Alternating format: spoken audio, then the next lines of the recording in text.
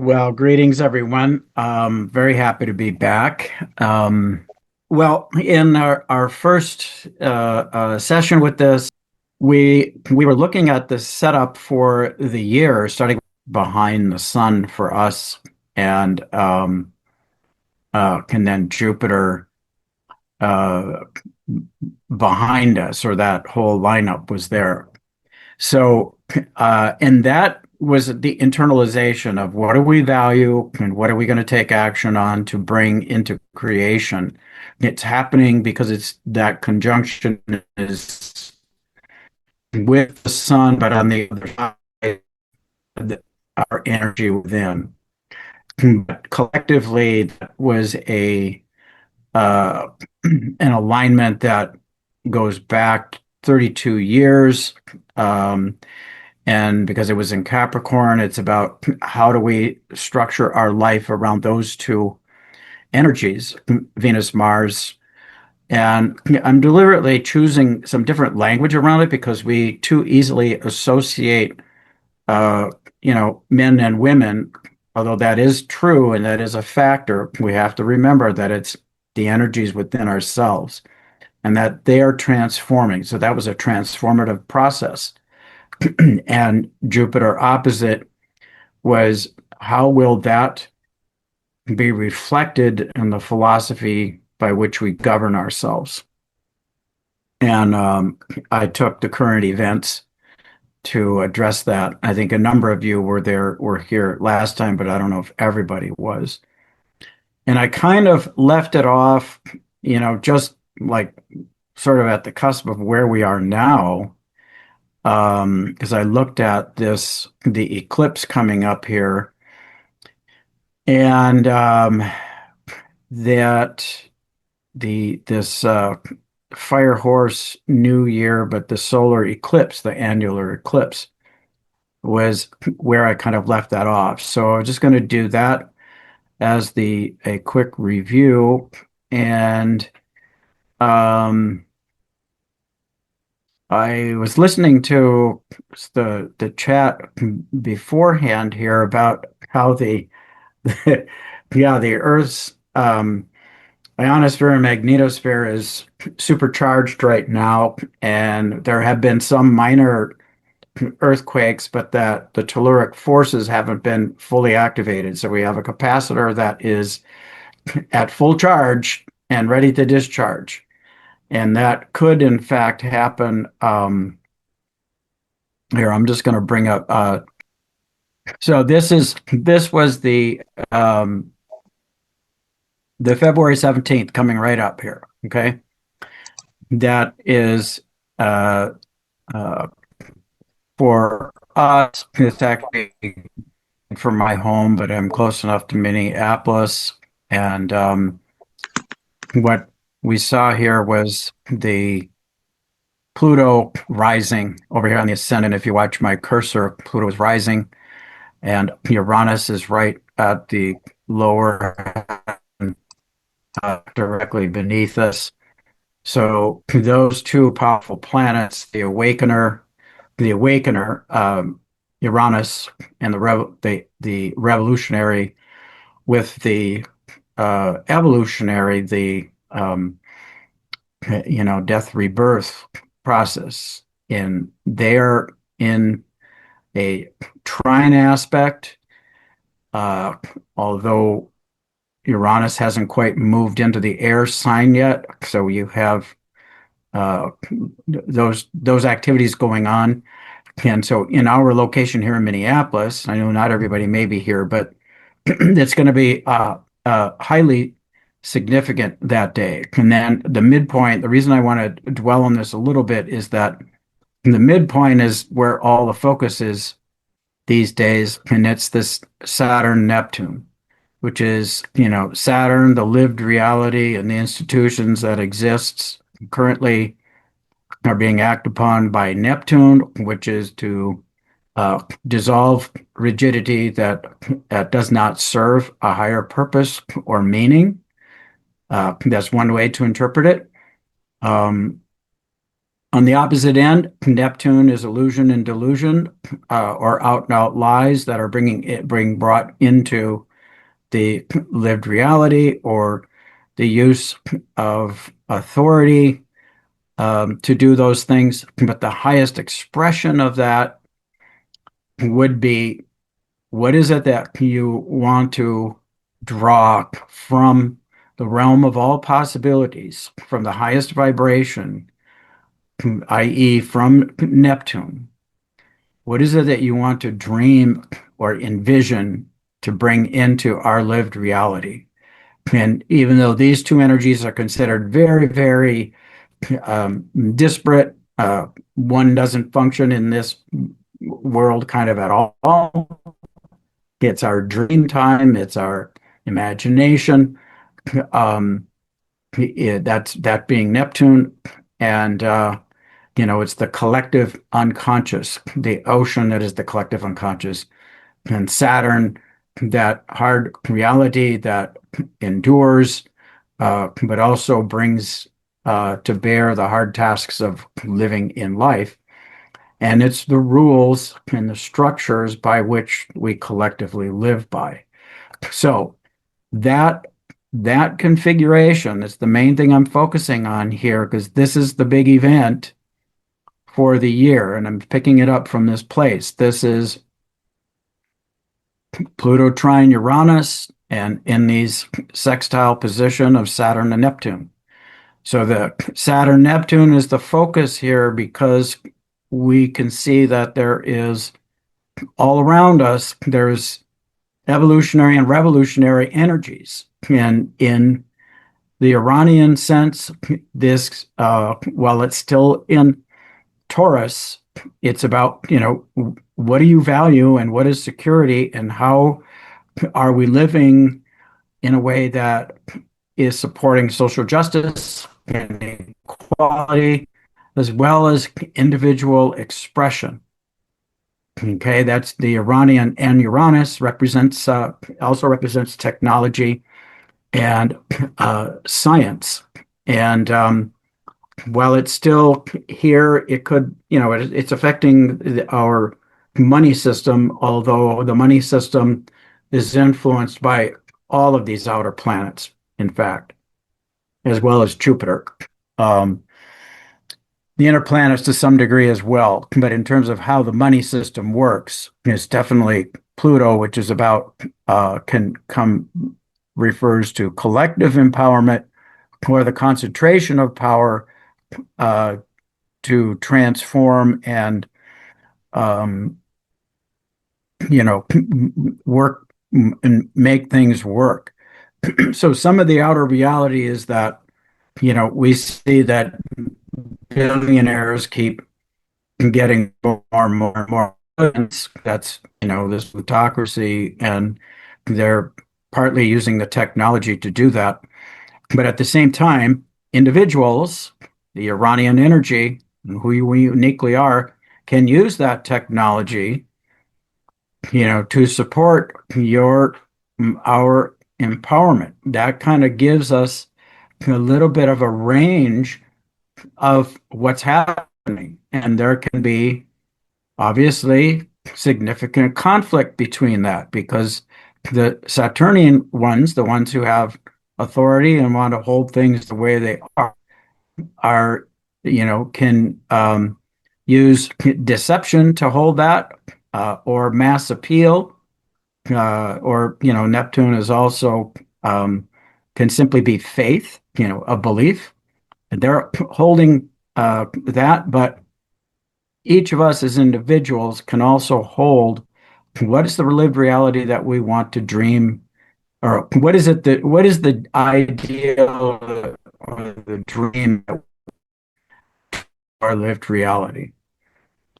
So this particular solar eclipse, I'm pointing over here to the sun and the moon at 28 Aquarius, is in this high tension aspect with Uranus, which means we can expect some unexpected, a little oxymoron there, but we can expect the unexpected.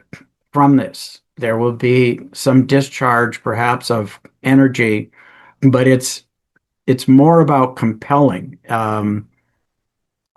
us to uh, primarily to that more free uh, individual state, and with this strong emphasis on humanitarian, um, Aquarian types of ideals.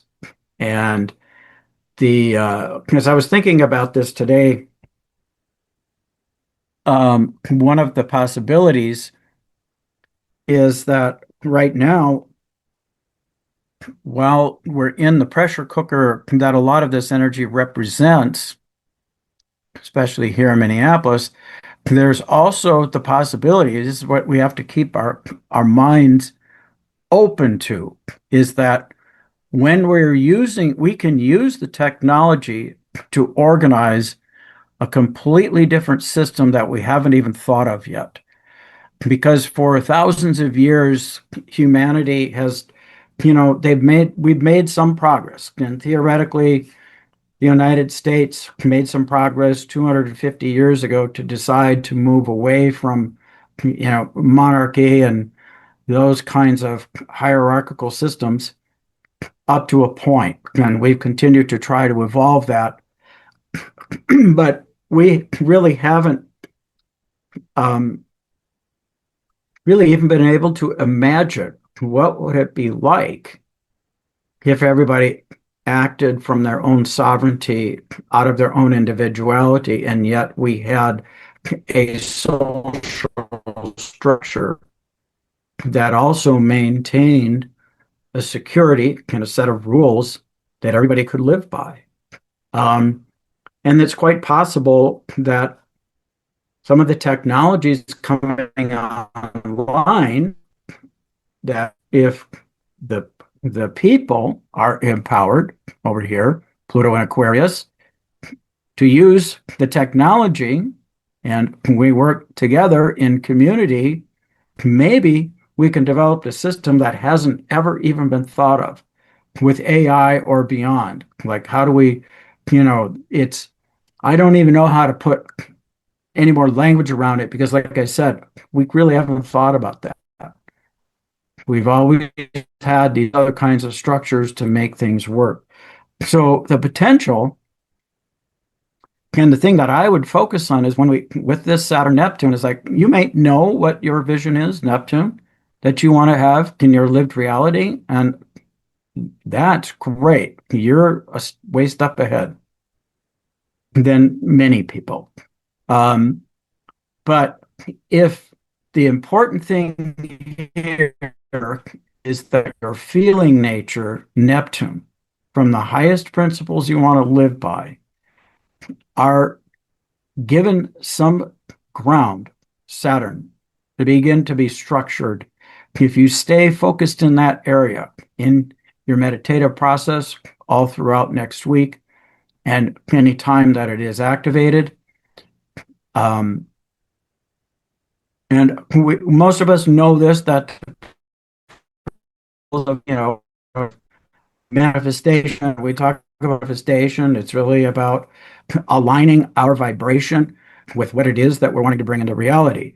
And that often is, what is the feeling nature? How do you, and by that, I don't just mean emotions. I think you probably all can register that it's about, if you are able to um, really feel your soul's intent, how soul's intent is um, finding its place or its ground to stand on in the ocean of the collective soul. So I'm using a lot of keywords because Neptune can also represent the collective soul.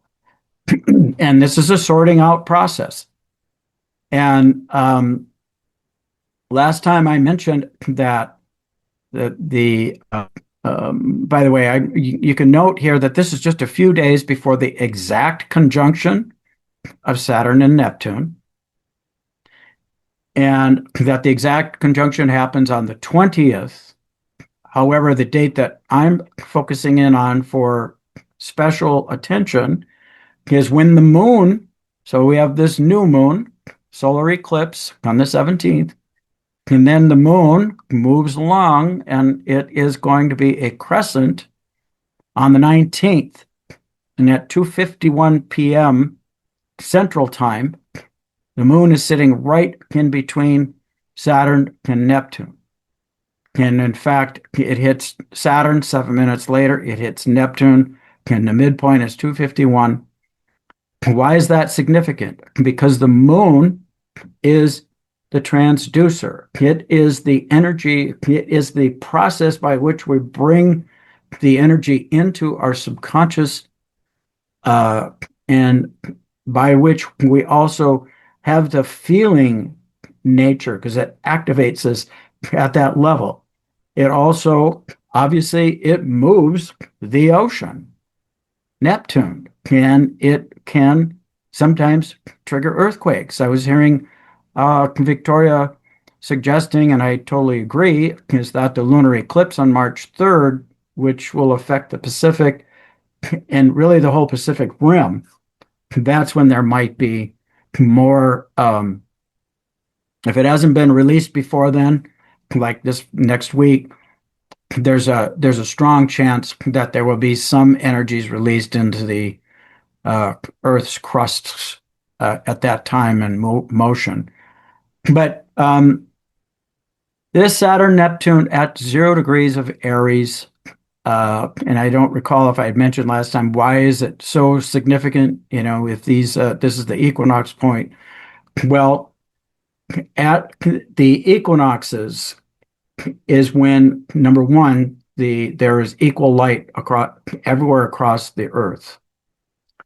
Very unusual. At other seasons, it's differential between north and south, but at those times, it's equal. But more importantly, it is when the two poles, the magnetic poles, are exposed to the sun in an equal manner, and there is more porosity, more opportunities for cracks in the field of the ionosphere, and those energies have more avenues to get in. So it is a set point. That's just giving you a little bit of a scientific background, and we know that this is a beginning point of the zodiac. Energies shift into go mode action, into the initialization, into on our individual basis, identity, when things begin to spring forward. So Saturn Neptune at the 0 degree Aries, the last time it happened, everybody's been trying to find this date, was March 3rd, 4361 BC. In other words, 6,387 years ago was the last time Saturn and Neptune conjoined. So some new vision of a reality occurred at around that time. Again, these are slow-moving planets, so it's not like that precise date all of a sudden. It was more like it happened over a period of time. But if you wanted to pin it down, that's the date. And I don't know if there's a time. I don't know if my computer will generate that chart, but it looked interesting to me. So anyhow, now what I have to pop in and out. So just forgive me. That's the way it's going to be, because I don't see how I can move to the next chart. But the big action this year is this transformational energy, revolutionary, evolutionary energy, and focused on what are we envisioning to bring into our lived reality. And that, let's see.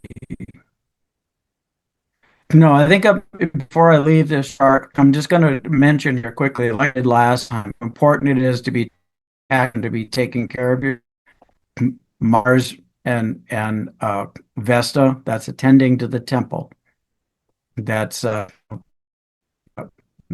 your habits, your health, your fire working, um, and whatever uh, you are doing to protect life, um, your own life and identity. You have to maintain some ritual around that, as well as you can see here, Venus has just become visible in the night sky as it's emerging from the underworld, and it's there with um, Pallas Athene, and it's on the north node.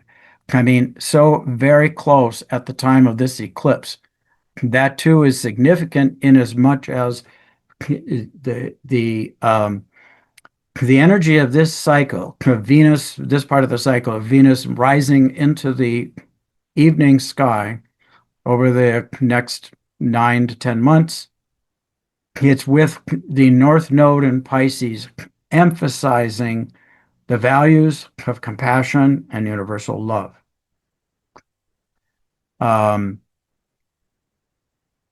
and so those are the things I could point out many other things, but I want to go. We're going to talk about the whole year. I mean, I have to stop.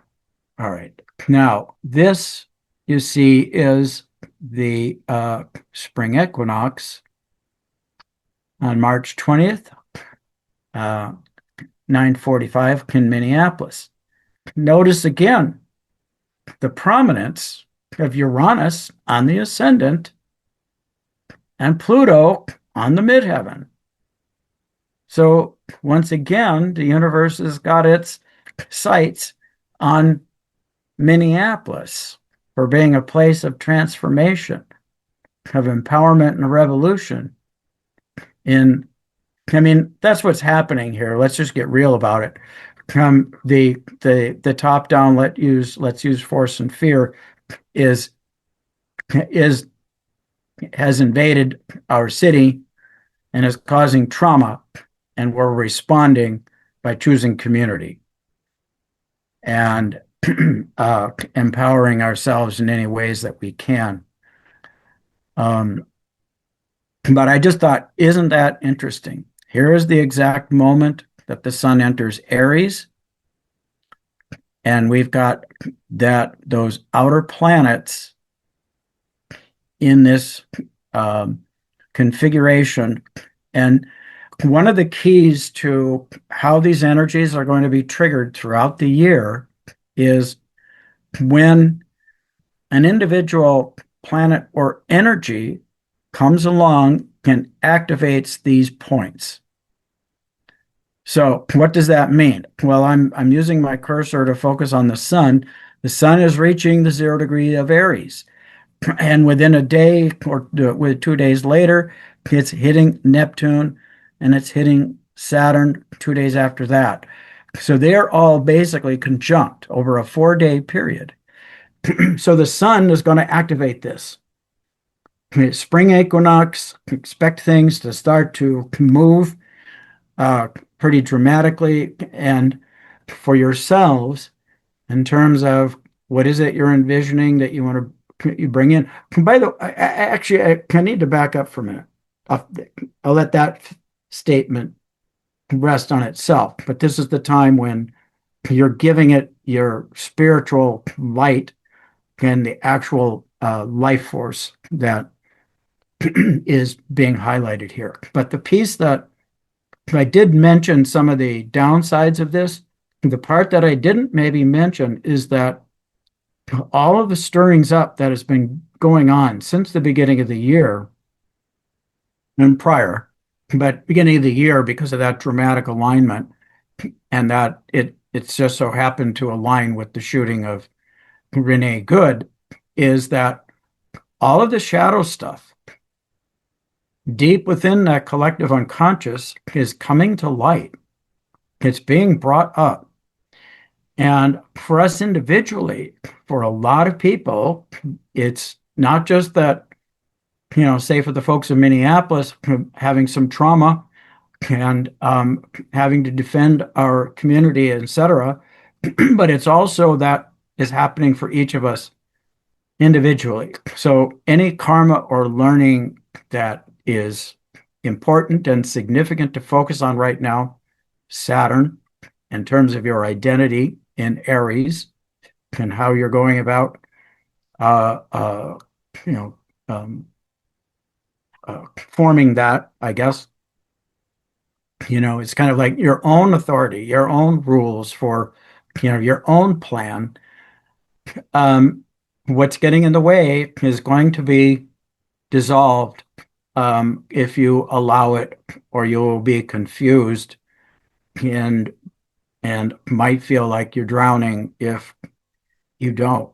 So part of navigating this energy is um, let's just face it, it's going to be challenging for all of us. But the more we are forming our alignment within ourselves and with each other in community, the stronger that is, and the more forgiving we can be. Again, this is a Neptune thing, compassion, forgiveness for the ways that we're not perfect. Saturn likes things to be perfect, and of course, nothing is.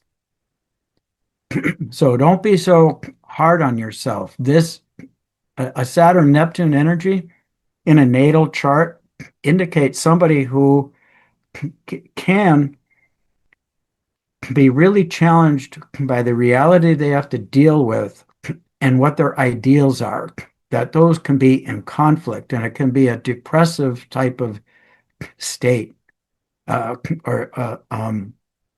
because you can't reconcile completely ideals or being in a kind of dreamy space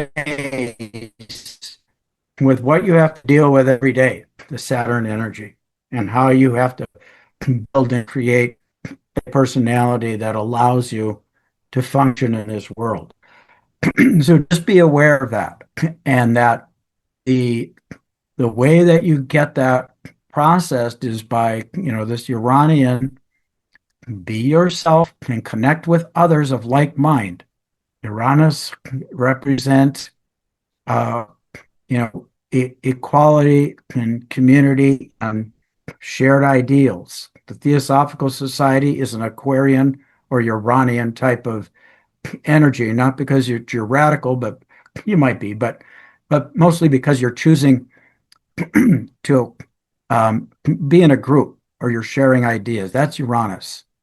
And Pluto, again, Pluto in Aquarius, there's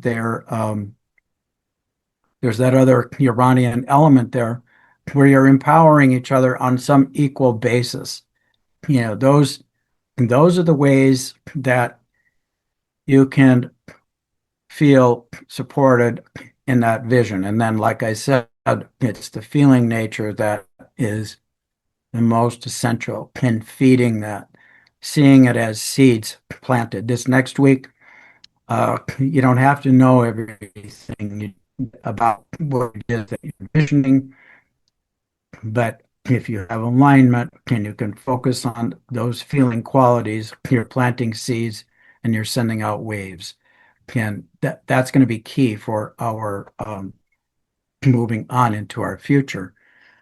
I just commented on the lunar eclipse, so I'm not necessarily going to back up to look at that unless that comes up in a question, even though it's pretty immediate. Following on very quickly. And the other thing that it happens just prior to this equinox is a new moon goes to it, and just a little bit before that, we have if you look down here at my cursor, the moon on this date, well, actually, you can see it here.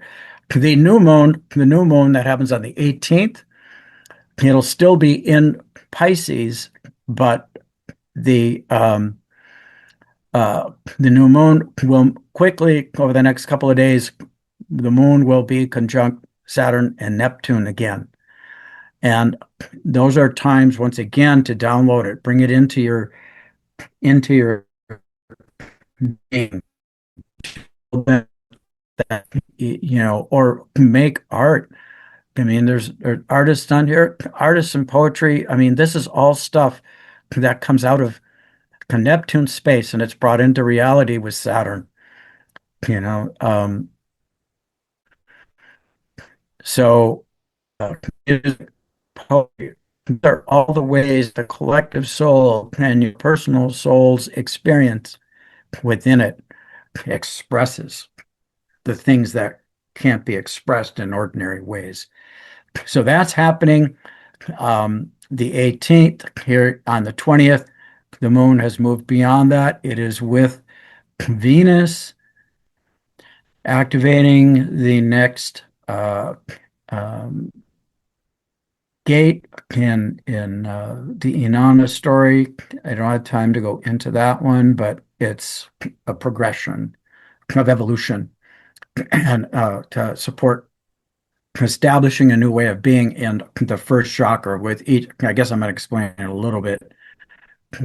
From here on out, with moon Venus, uh, after the it comes after the new moon now while it's in the evening sky, and that is adding a new energy to each of the chakra. In this case, it's the first chakra.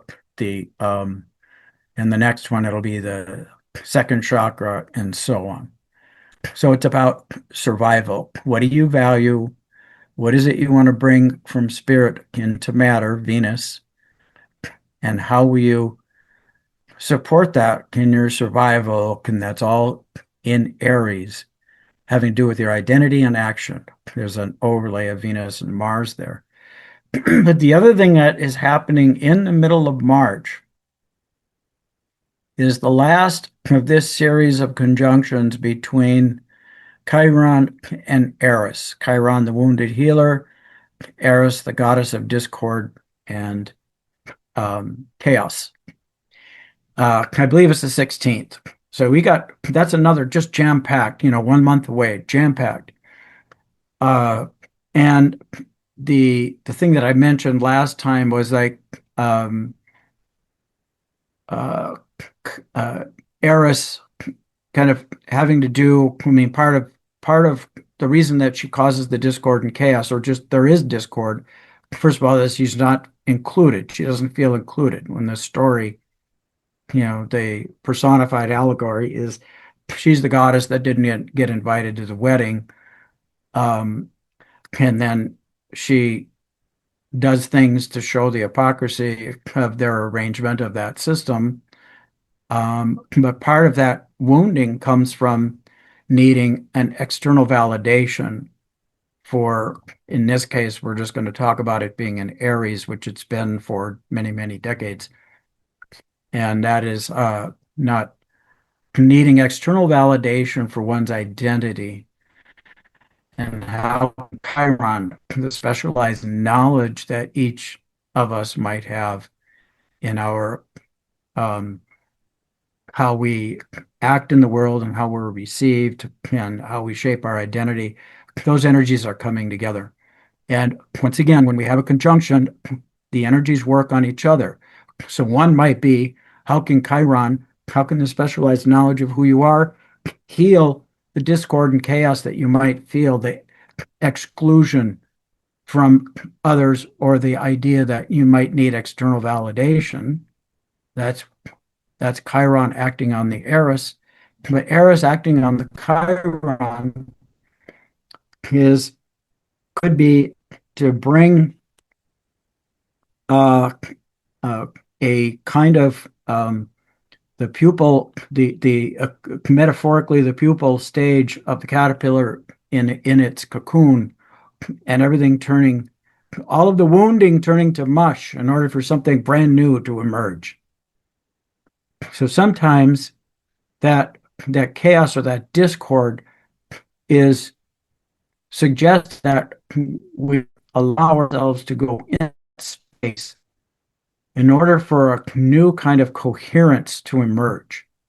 And when we apply that collectively, that is also what is going on. That there is a kind of chaos going on. There is a lot of wounding.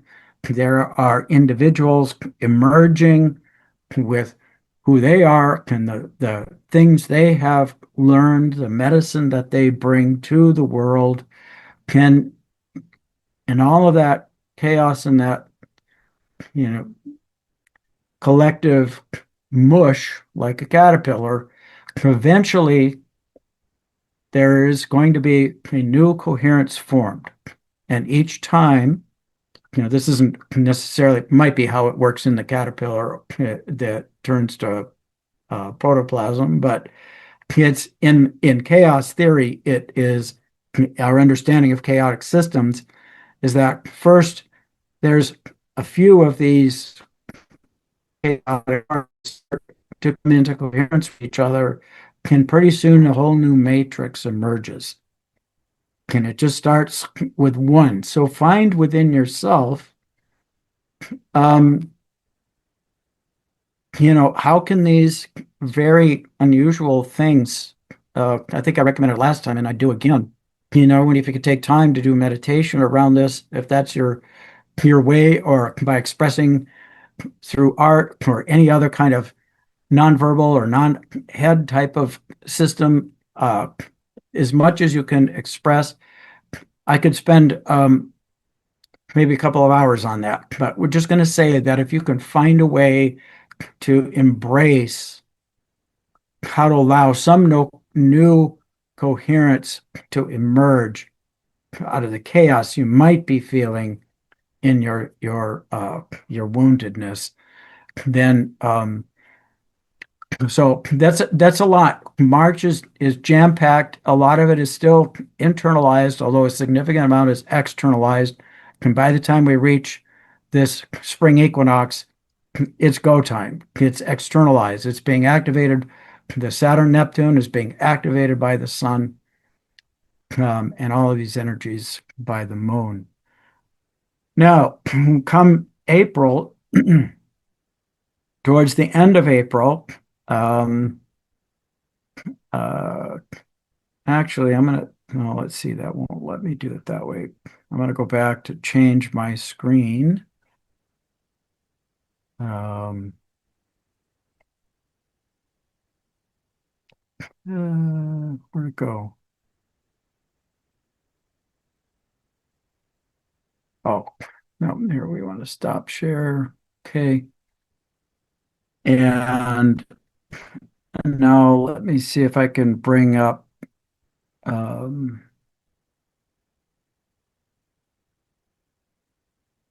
I'm going to bring up this one because I could bring up a chart, but it'll take me a little bit of time. And what I want to do is um, share this view of the planets from the space point of view. And this is, oh, it's annoying. The part that, to show us the date doesn't show that. Um, but this, I believe that this was for today's date.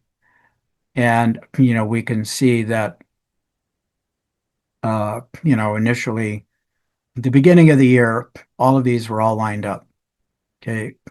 Sun, Venus, Mars, and, from behind was Jupiter.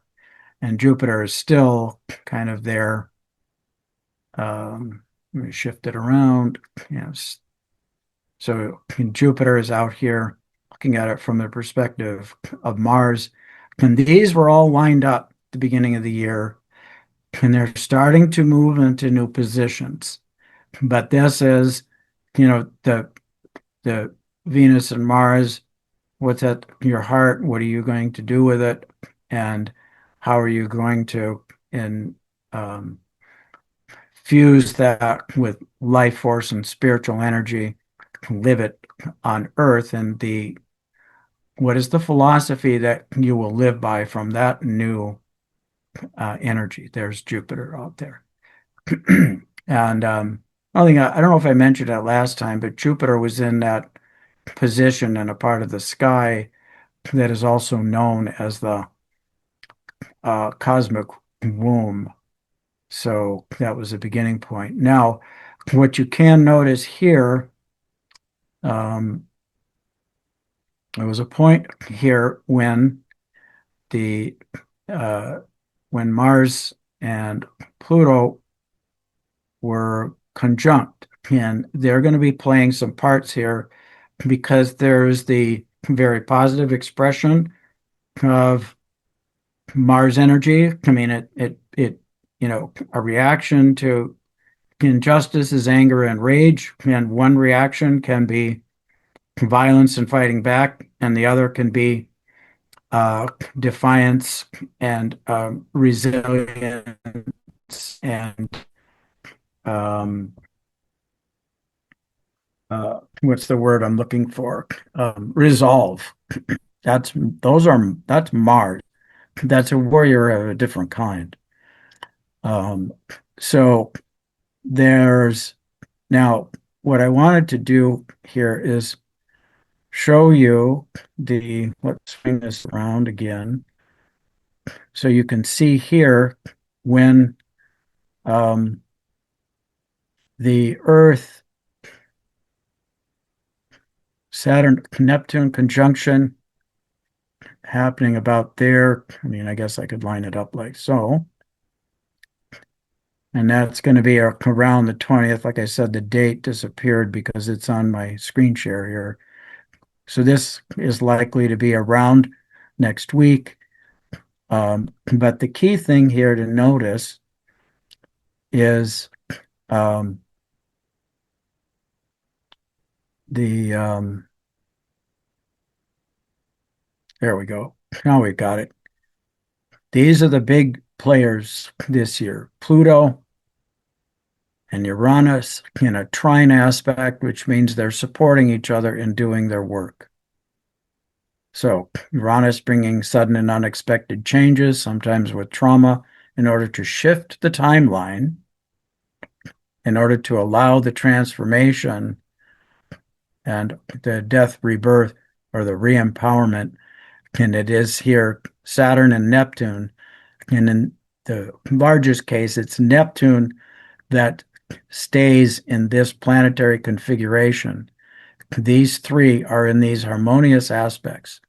So what you envision bringing opportunities uh, to these other planets and vice versa. And it's at this moment in really it's been active of all last year, the Saturn Neptune. I mean, it was very close last July. So that's bringing up karma out of our depths, but also the idea of what is the lived reality in terms of our ideals, showing us that. And how do we begin to envision a better way, a better world? So, um, and what happens then is that towards the end of of April, we have at the end of April, what happens is I'll just turn my video on for a minute.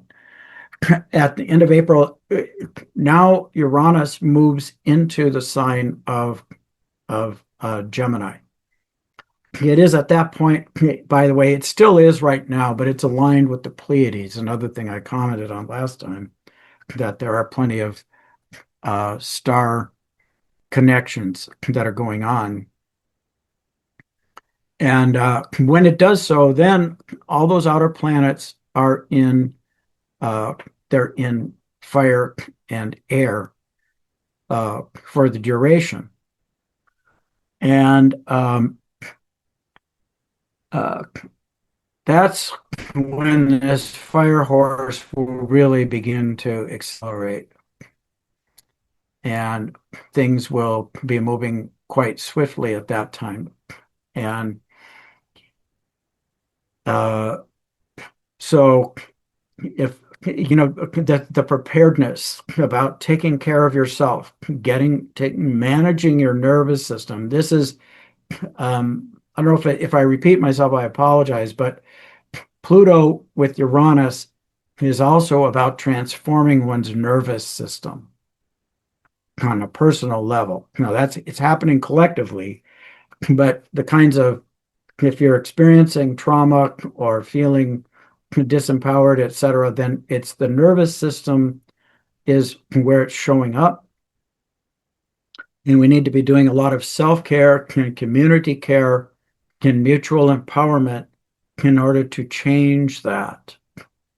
And, there's many ways that uh, I'll leave that up to you. I could offer many examples, but sometimes it's the technology itself that will help and support us do that. Other types of transformative things, but definitely working on your vagal tone, the vagus nerve tone, eating good food. Don't be around too much of the uh, um, toxic energies. Well, avoid them if you can at all. But we all have.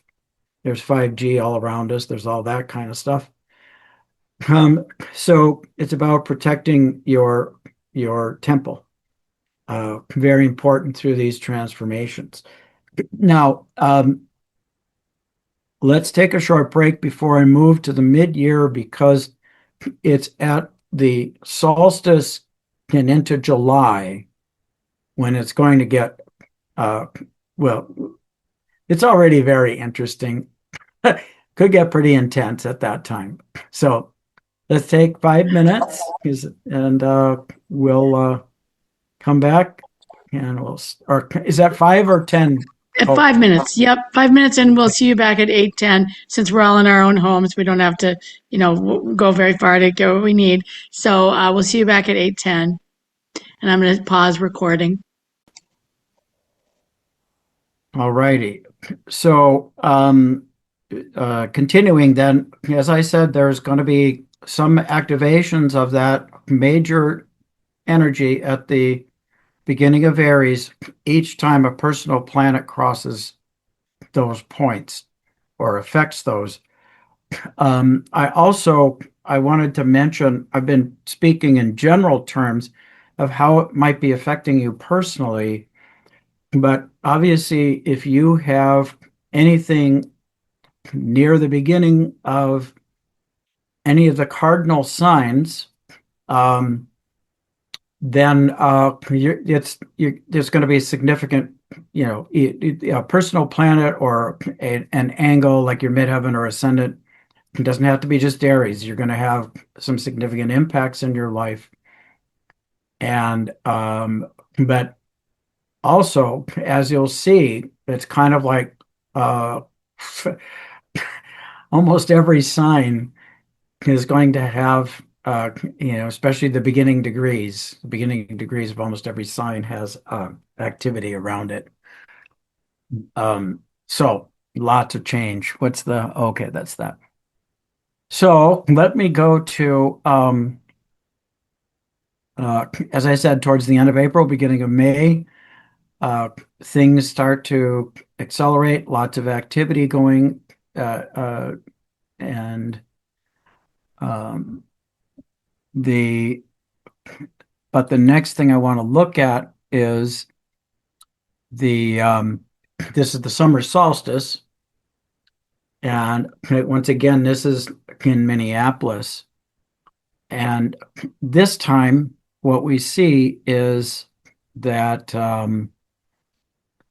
my toolbar is in the way. I don't know if that'll go away here. I can't change that. But you see, Pluto is up near the midheaven again, and this time Mars is on the ascendant. So we've got action. And by the way, when these things are near the angles, even if they're not in hard aspect with each other, it means action on those two levels. So Pluto on the midheaven is transformation in either, forces trying to control or collective empowerment. There's those options. And Mars in Taurus now, but it's on the ascendant. I mean, like right on the ascendant for the summer solstice. So lots of activity and action, the potential for anger and confrontation. But it is at least, it is trining the moon with this aspect or with this moment in time, and it's in the moon in Virgo, which is organization and a discerning moon. That's it. Also, kind of the high priestess energy. You'll notice that by this time, pointing upward here, that the Saturn and Neptune um, are. Oh, I should shut my video off, huh? Can I do that from the little square here? Hmm. I can turn off your video for you. Yeah, why don't you turn off my video for me if you can do that? Okay. That'll keep it Turn off what now? keep it more stable. Okay. So so anyway, these even though these are they're actually getting close to being trine to each other. And in fact, Uranus and Pluto are still trine. They're moving into a closer trine by the summer solstice. And Saturn and Neptune are Saturn has begun to separate. It's 9 degrees away from Neptune. So it's like the lived reality is kind of going past the ideal, but they're still within range of each other. So this is a setup for a hell of a lot of activity right around the 250th uh, birthday of the United States. It just gets uh, there's there's a lot of flowing energy, but a lot of potential disruptive energy too. So it's going to be quite interesting what actually takes place in July, late June, early July. Uh, Things could heat up, but they could also get more organized, and uh, there could be, you know, I just believe that there's going to be still a lot of tension. If you notice there that the other things that I pointed out, Chiron and Eris, even though Chiron has by that time moved into Taurus, which has a lot to do then about woundedness around feeling secure and feeling resourced and values and connection to the earth, but they're still within range of being conjunct each other, and they are in this tension aspect or this square to Mercury conjunct Jupiter, which is conscious mind and communications around a philosophy of life, and they're all in Cancer. And that other symbol down there with it is Hygeia. So that's is represent taking care of health, but in particular alternative. It seems to resonate more with alternative health modalities, um, not just allopathic, but especially the cutting edge, the learning about things in terms of health. And it's in that sign of the family, the human family, and how do we keep everybody safe. So there are lots of different ways to interpret, and I can only offer up some things from my perspective. And with each one of these things, we could talk about um, it can go this way, it can go that way. And I'm trying to give that all some energy. So this Mars on the ascendant is not necessarily all bad. It can be about taking action. It can be protective, about deepening one's resolve, because the moon is trining it and it's activating it here. Now we have that same kind of configuration, a trine. If you follow my cursor, and these two sextiles pointing to opportunities for, in the moon on the mundane level, representing the public and how we feel. And it's a discerning moon, or about taking care, establishing patterns, taking care of health, um, those kinds of things. The high priestess keeping the temple lights burning. And here, this Mercury, Jupiter, in and again, from a governmental perspective, this is, Jupiter is the legislative branch, whereas Saturn is the executive branch. And so you got Mercury, Jupiter, that's a really powerful energy going on. And the Jupiter in particular is starting to line up to be opposite Pluto. So that can be a situation where there's an activation of a greater ambition in general. So again, it depends on who's activating that. Um, and in this case, I mean, who's activating it? I'll just leave it at that. And whose ambition? It is suggestive that it can be a more empowering of equality and social justice, Pluto in Aquarius. But as I said earlier, there's no guarantee. Pluto in Aquarius could be the use of technology in order to control people, etc. um, but on the plus side is that there's an opportunity for some shifting and stuff going on here. Now I'm going to move forward. Let's go back to, oh, I have to take it out of screen share so I can go to my next one. Actually, I wonder if I could have, yeah, I might have been able to move in and out of that without having to go back and forth, but um, let me see.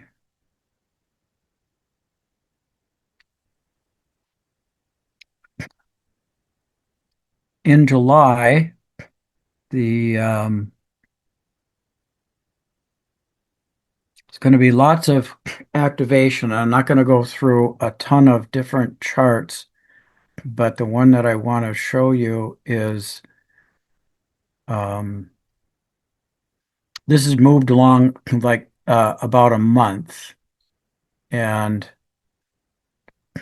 so this is and the reason I chose this is because these major planets we've been talking about is, um, there we go. There's a lot of stuff up there because I have a number of the asteroids. Okay. So it might look like a jumble, but here's the thing I want to point out. I'm going to the top of the chart and we have Uranus, 4 degrees of Gemini. You've got the moon, 4 degrees of Libra. And the moon moves fast, obviously. So it is on this particular time, 8 o'clock in the morning, July 19th. But it's when the moon comes into this activation. So the moon is opposite Neptune at this time. It is the moon is trining Pluto.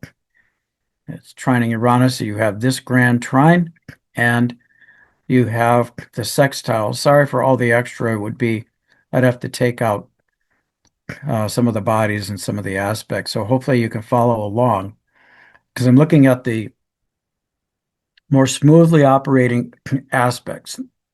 This suggests that the Uranus-Pluto trine with the Neptune at the midpoint is being activated by the moon at this point in time.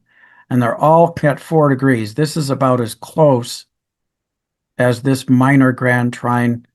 Well, and it's a grand trine kite in this case. The moon makes it what we call a grand trine kite. But these slow-moving outer planetary energies that represent collective energy are that is being highly activated at this time in these flowing patterns. And what again it tends to be emphasizing is the moon opposite Neptune is the tension aspect in this. So it is, what are we publicly feeling about what we want to envision? What is the new vision? Neptune and Aries. I didn't mention it in this presentation, but the last time Neptune was in Aries was the beginning of the Civil War. It was in the 1860s, and there was stuff going on all over the world. But here in America, it was about what do we believe in and what are we willing to fight for. And so, there's the story of a Southern senator going in and declaring that, there are subhumans, and it's the white class, or the white males are the ones who are supposed to do it, and that senator beat the crap out of somebody who objected to his slavery position. Um, and that's, what do you believe in, Neptune, and what do you how do you identify with it? The identity is associated with belief. That's another key words with Neptune, you know, and and what are you willing to defend that identity? So for that can be a whole range of things, but obviously there is a certain element where people drawing from, this oldest, thousands of years old pattern of there being one leader at the top who makes all the decisions, or at least is the final decision maker, and that kind of structural pattern, that's a belief system. It's also when those kinds of religions that developed that. They were no more horizontal. There was one God. There was one, and I'm not discounting that idea, but the kind of structure that came out of it. And so it's quite possible we could be moving out of that. But those that want to continue these old patterns, they might be willing to fight for that. And yet, the indication is that um, as long as people keep organizing and even going beyond the example that Minnesota is offering of choosing community and organization for what they believe in and value, um, that there will be a new philosophy emerging in a new way, but it may end up that there is some, not may, there's undoubtedly, I mean, we have to be real, um, we have to be real. And all over the world, there are people going more conservative because of the fear. My theory, or at least, it's kind of what the charts are saying, fear around change. We're in this time of just unbelievable change, that humanity we've experienced a lot of change in the past. There's various disruptions that are on a huge scale, like the plague, the world wars, etc. But this is quite possibly more than we've ever seen. But there's also way more consciousness and development to allow us to go beyond these the old patterns. So anyway, I wanted to bring that up to show that, here are these, they're all at 4 degrees, including in this case Jupiter. So we have, you know, um, 4 degrees, 4 degrees Libra, 4 degrees of I'm going backwards here, folks, but 4 degrees of Leo, 4 degrees Gemini, 4 degrees Aries, 4 degrees Aquarius, fire and air, all at the fourth degree. And man, if you have something at 4 degrees Sagittarius, get ready. It could be awesome, but you could be on a rocket ship or a jet plane to a whole new reality. But it's all flowing in ease energy, theoretically. But we're all going to be subject to what happens collectively, because it's collective soul and collective empowerment and collective individualization that's going on. But it does indicate an involvement here when we add Jupiter that at least here in the United States, when we're in an election year, this is about, it does relate to policy and law and governing philosophy. It does certainly go beyond that, but one of its manifestation is that these are that parts of it. Individually, it's really here. Um, Jupiter is the openings to opportunities and growth, and in Leo and opposite Pluto, it's going to be how from a point. So this is one aspect, one of the ways it manifests is our awareness of radical self-love and beneficence and generosity towards others in order to grow in a, I'm pointing to Pluto, empowerment collectively on a more equal basis. So we can hope and pray and visualize for some um, way that the developing philosophy can, as we know, government moves very, very slowly. So we don't know that that's going to change overnight. But this is an energetic time. All of July, like I said, I could show you some of the charts right around the 4th of July. If that okay, we're already up to 8:30. If that comes up in questions, etc., then I can perhaps go back and do that. And again, we're only halfway through the year, folks. Sorry about that. What I will say is that the Saturn is moved almost out of range of Neptune, but it does move back, so that by the time we get to um, November, let me just bring that up and then I'll pause and we'll take some questions.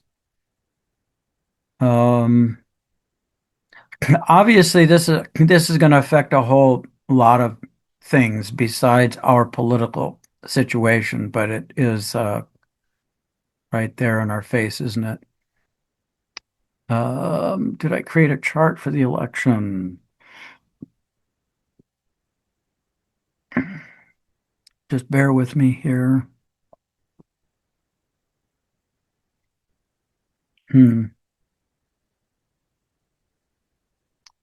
I think I have something that should be close. Like,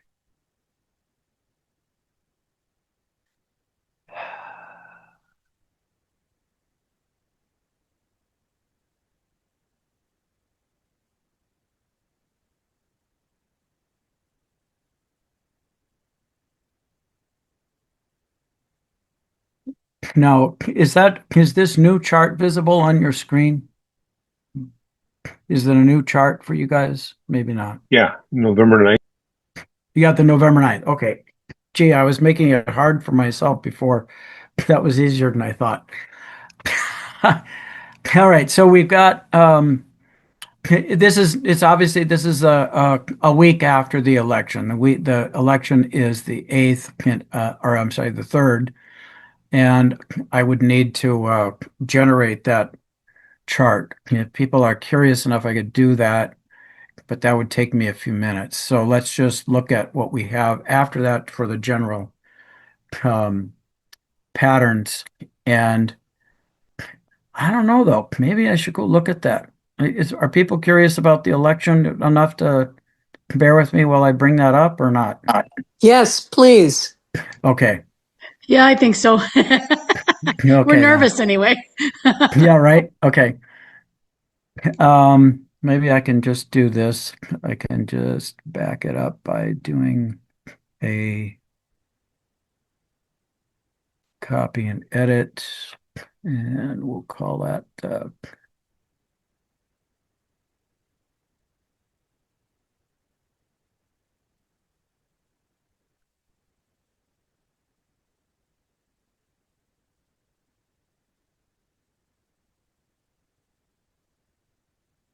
and back this up to the 3rd.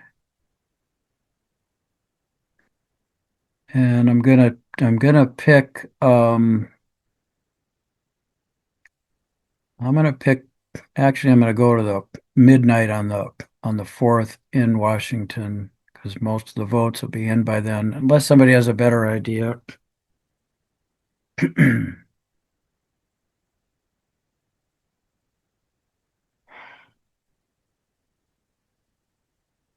Oops.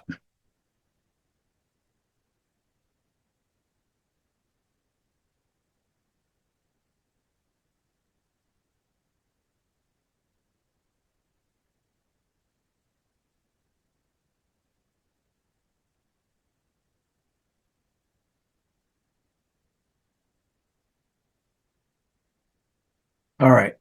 So, so this is going to be, all after all the votes are taken.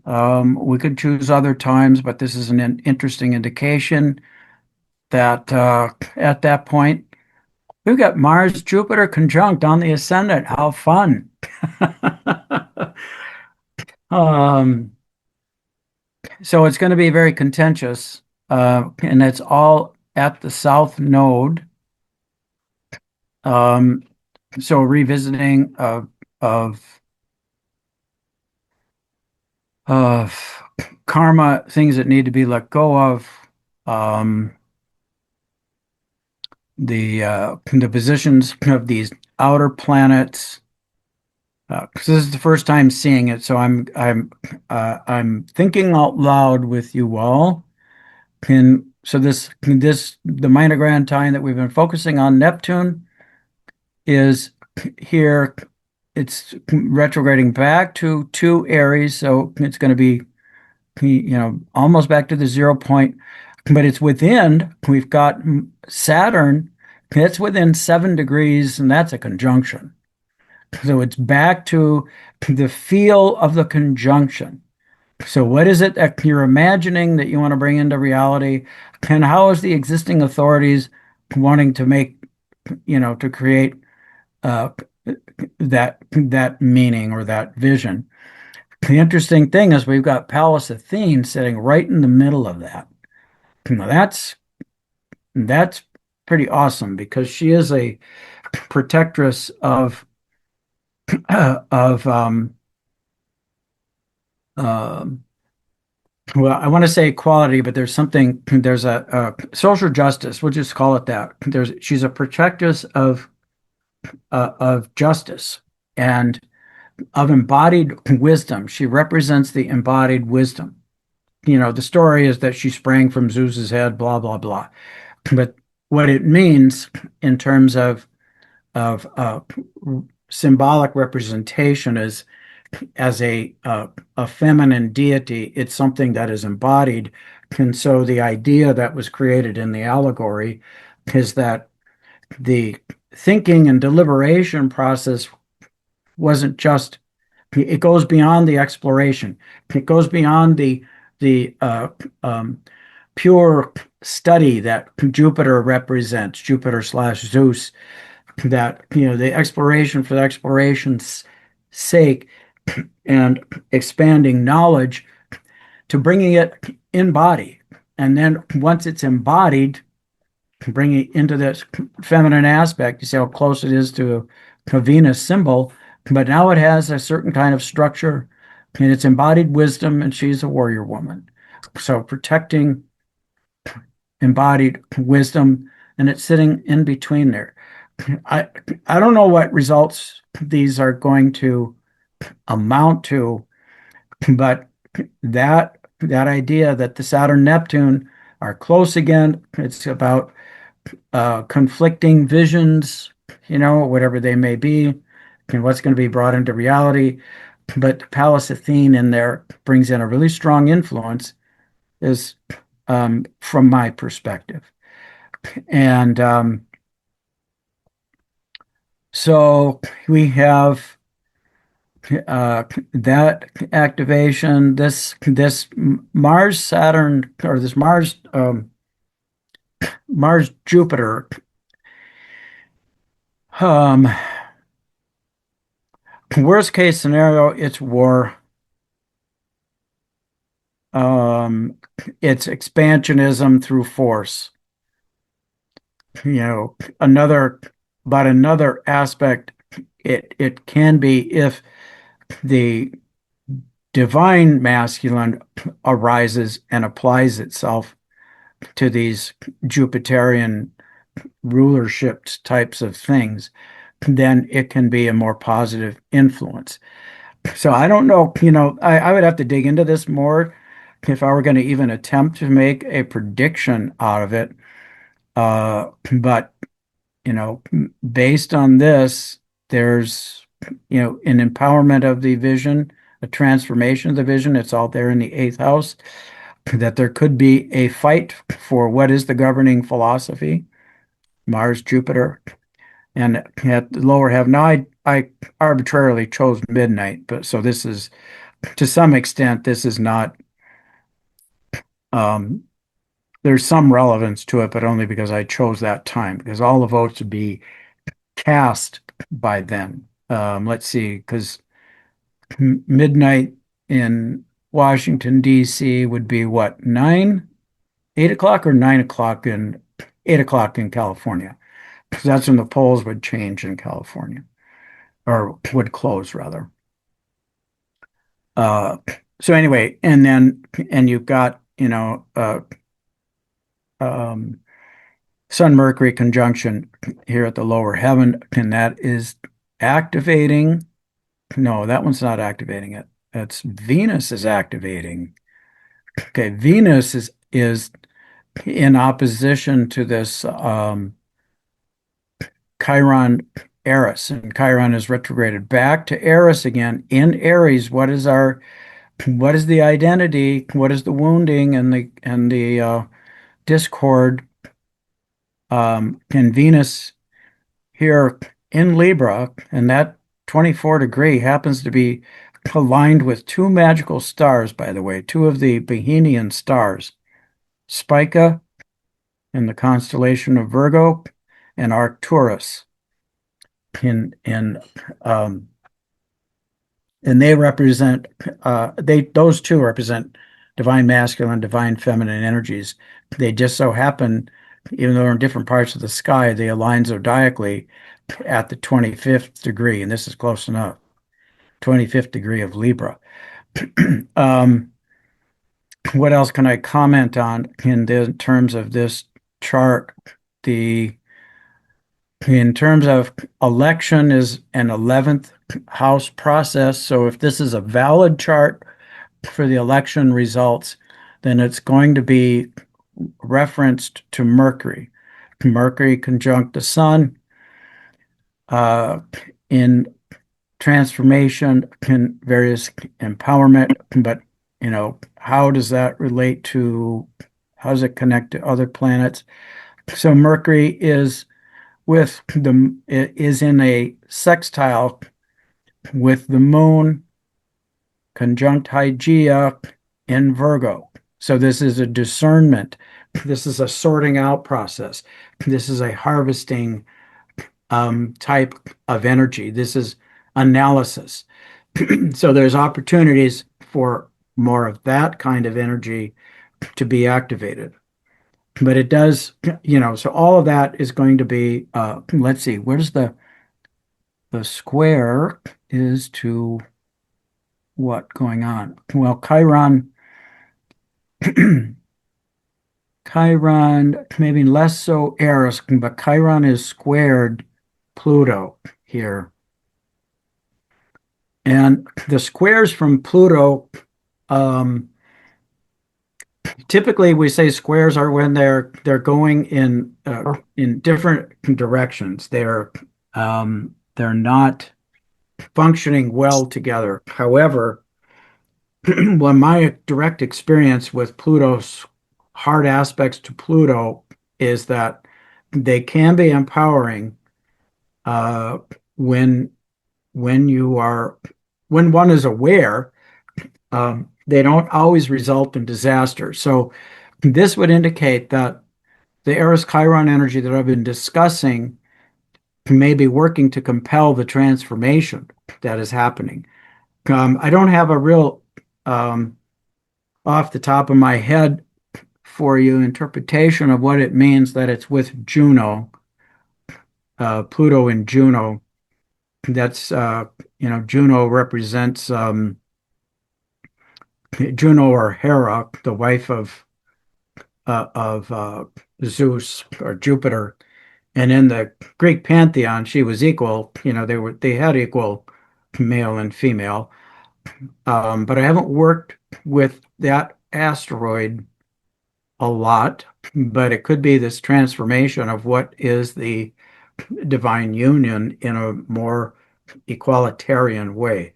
So that too would suggest that there is a freeing energy being applied to uh, how how we form partnerships of that nature, marriage type partnerships. And the wounding around individuality and identity is, the wounding. I keep saying the wounding. Let's talk. I want to change that because it's the medicine that comes from it. It is the learning. It is the specialized knowledge that comes from that. And the way that those can work together, it's a more compelling. It's a more demanding type of energy that it manifests.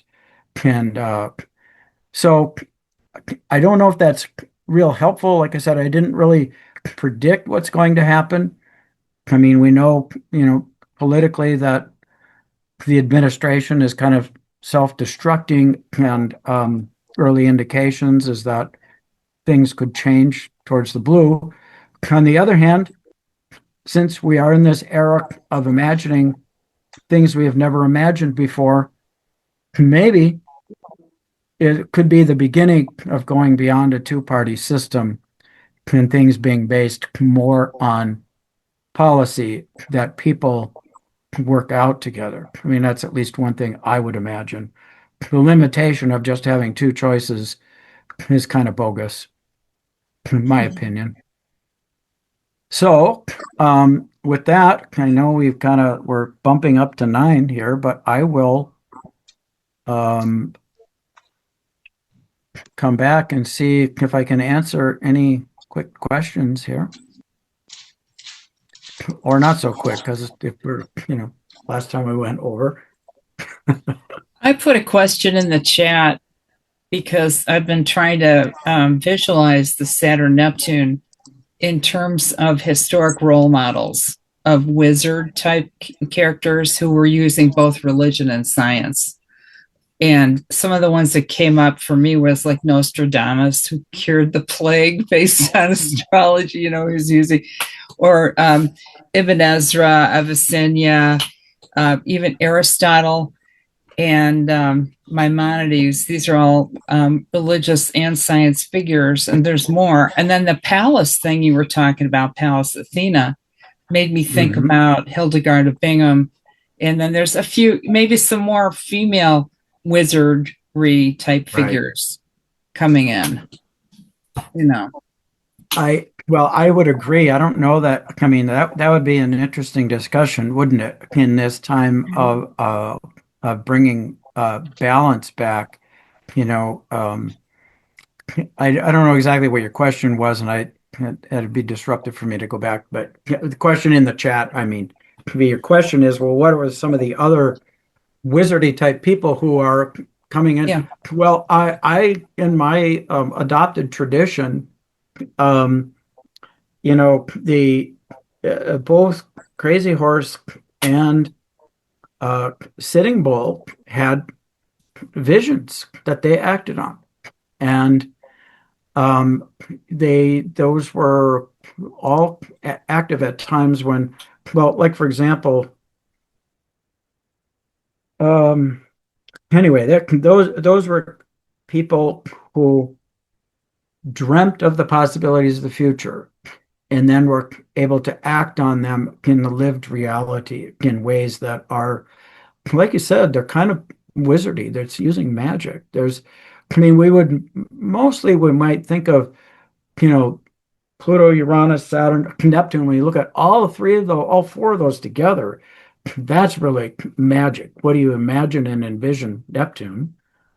And, how do you bring it into a focused idea to bring change, Uranus, and using the forces, greater forces of power, Pluto, to change the physical reality.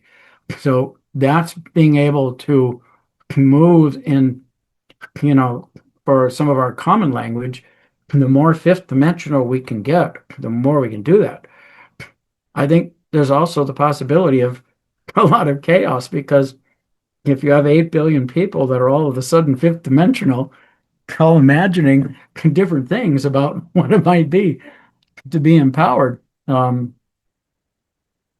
I think that, I mean, again, opinion area, and I'm seeing this as I'm observing that more so than government, the kind of structure that people are questioning is that which, I mean, what was the statistic I just read? $80 trillion were moved from the lowest, the bottom 50% of people up to the top 1%, over the last 50 years, 40 or 50 years. And it's a kind of an economic system that has become devoid of value. Money was designed for the transfer of value, for the exchange of value. But it had become this whole other system, and it's using, its own laws and structure, Saturn, in order to transfer power, Pluto, to a very few. And so much of our challenges are based on the way that is working. And I'm not by any means suggesting that we already have invented a system that will work, but we sure as heck know this one ain't working very good. So I would think that, I mean, that's taking it a little further away from your idea of the magician, and but that would be an interesting study that you as an artist, or people as poets or whatever, drawing on the historical past, but also drawing on what is emerging today. A lot of art that emerges. Have anybody noticed how many songs have erupted in support of or even the fact that Minneapolis has been nominated for the Nobel Peace Prize? That's, I mean, these are just, completely new ideas, but the creativity, the poems and the music that is emerging is really, can speak to where people in the general public, where they're coming from, where they're drawing from, that realm of possibilities. So anybody else have anything they want to say, or comments or questions that I might try to give a shot for? And well, I just wanted to add on to, I think was it Victoria, about historic figures. And I was thinking of I've been thinking of like some more recent ones, and um like William Blake, and he made the marvelous uh watercolors to go with his like prophecies and stuff like that. And actually I've been studying his prophecy of Europe, and he also has a prophecy for America too. And I thought it was really interesting. He's like, where he makes multiple mentions of the Trump of the doom, and he capitalizes Trump as though it was like a proper name, like mid-sentence and stuff. And I've been working on some stuff and making like some videos with using like Bob Dylan's music, because Bob Dylan's from here and stuff like that. And she opened up a book of poems and handed it to me, written from English poet from the 18th century, like instead of the 16th century. But time goes on. So yeah, and there is like Trump of the Doom, and mentioning an island too, and where we all talk about the Epstein Island when we talk about Trump. It's inescapable, and the color red, is in his it's for the prophecy of Europe is those specific ones. But uh um I've been associated with the Mormons too, and lately because they came knocking on my door, and I can't be rude.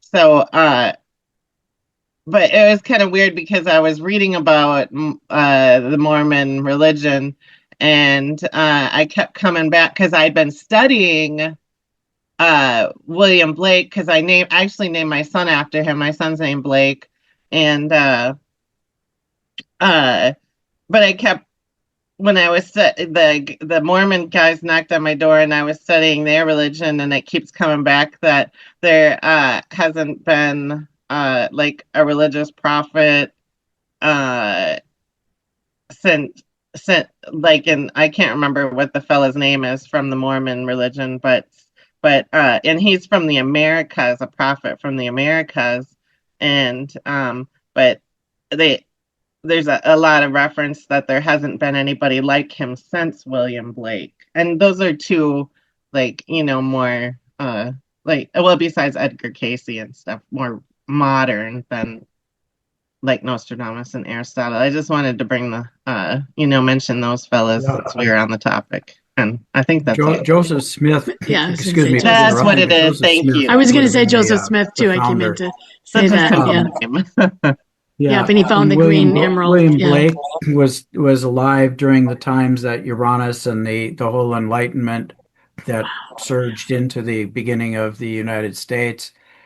Um, but there is, in terms of other religious prophets, not from the Americas, obviously, but Baha'u'llah is, that's not a widespread or it's not a religion that a lot of people know about, where there's a lot of people.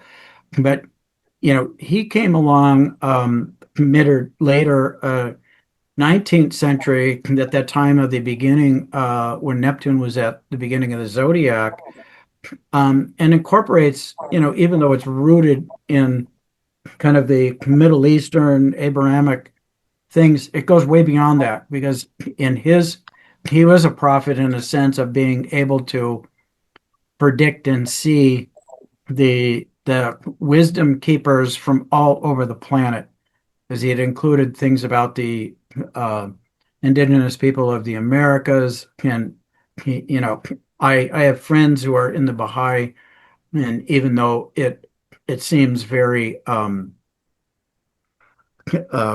like I said, like the Abrahamic religions, the it's at its core, it goes way beyond that. So, and this is, thinking of modern people, and this Oh, might and sound you like know what? a, I'm sorry for Jeff for interrupting. I go just ahead. wanted to say, for anybody that's not familiar with the Mormon religion, they also go by the Church of the Latter-day Saints, because it's Right, like the Latter Days and the Saints, and like, well, we got St. right, Paul. right. Sorry, Yeah. No, sorry to that's derail. fine. It's fine. Um, yeah, I mean, and oftentimes we don't know who those prophets are, who are the ones who are seeing it beyond and then starting to bring it back, until they're long gone, right? So, we don't know at this point in time. And I can't recall if Gandhi based his um, if Gandhi was really the origin of the peaceful resistance idea, or if that it may have had sources, further back, but he's the one that we know is the most famous, is what MLK based his philosophies on, what Nelson Mandela, all of those, the idea of peaceful resistance as a means to confront violence and force and control. And of course, we know Gandhi changed what was it was already diminishing, but the British Empire, and got, India its independence. But anyway, Yeah, I think looking for more the female representatives of that besides the yeah, ancient goddess embodiments, there's I think there's many to choose from, and it's great that we're beginning to learn who they are. I This doesn't relate to these world affairs as much, but Hedy Lamarr changed the world. She was amazing. Y'all know about Hedy Lamarr, don't you? But she invented a um, a randomly skipping code process. Okay, she was this beautiful actress, okay? Beautiful actress, and they looked at her, she's Austrian beauty, blah, blah, blah, and they're looking at her as a babe, and she was a genius. She invented so many things, and GPS is based upon the system that Hedy Lamarr invented. And she did it for the to help us to help the Allies win the war. It was one of the ways that they used code talk because it was a random number generator, or I'm not describing it exactly. You have to go look it up because I'm not remembering specifically the mechanism, but she had a way for it to do this kind of organizing process from which a whole lot of science and technology rolled out of. And she wasn't given credit for that, not until, posthumously was she given a whole lot of credit for saving the world, really. You know, and so she's not in that realm of prophet, but she's definitely a magician from the standpoint of you take knowledge that doesn't exist in order to create something new, or that isn't in the lived reality yet. It's knowledge, bringing knowledge together, can bring it together in a new Uranian way to innovate and create something new. So yeah, Hedy Lamarr, she's a real shiro of mind.